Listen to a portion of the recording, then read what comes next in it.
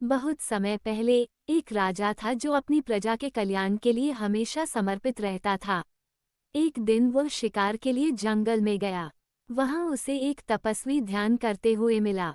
राजा ने उस तपस्वी का आदर किया और उसे भोजन व पानी दिया। तपस्वी उसकी सेवा से प्रसन्न हुआ और कहा, राजन, मैं तुम्हें 3 वचन देता हूँ। तुम जो चाहो मांग सकते हो। राजा ने तपस्वी से कहा, हे तपस्वी, मुझे थोड़ा समय दो। मैं सोचकर बताऊंगा कि मुझे किन 3 चीजों की आवश्यकता है। तपस्वी ने सहमति दी। राजा अपने महल लौटा और अपनी रानी और मंत्रियों से परामर्श करने लगा। रानी ने कहा, पहला वचन मांगो कि हमारा राज्य सदैव सुरक्षित और समृद्ध रहे। मंत्री ने कहा, दूसरा वचन मांगो कि तुम्हारा नाम इतिहास में अमर हो। एक साधारण सेवक ने कहा, तीसरा वचन यह मांगो कि तुम्हारी प्रजा सदा सुखी और संतुष्ट रहे। राजा ने इन सुझावों पर विचार किया, लेकिन उसे संतोष नहीं हुआ। उसने सोचा कि उसे कुछ ऐसा मांगना चाहिए जो सभी के लिए कल्याणकारी हो।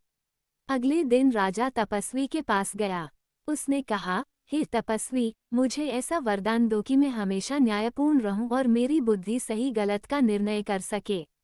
तपस्वी ने मुस्कुराते हुए कहा, राजन, तुमने सबसे बड़ा वरदान मांगा है।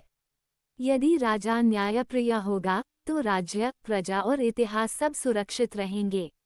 बैताल का प्रश्न। बैताल ने पूछा, राजन, क्या राजा ने सही वरदान मांगा?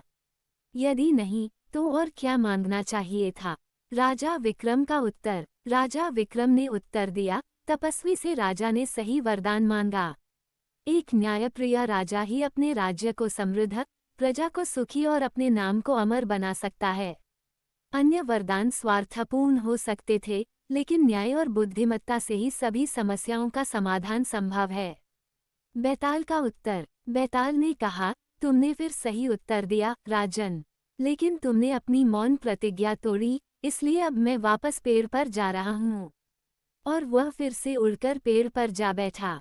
निष्कर्ष। इस कहानी से यह सीख मिलती है कि सच्चा नेतृत्व न्यायप्रियता और बुद्धिमत्ता पर आधारित होता है। व्यक्तिगत लाभ से ऊपर उठकर सभी के हित में सोचना ही सच्चा धर्म है।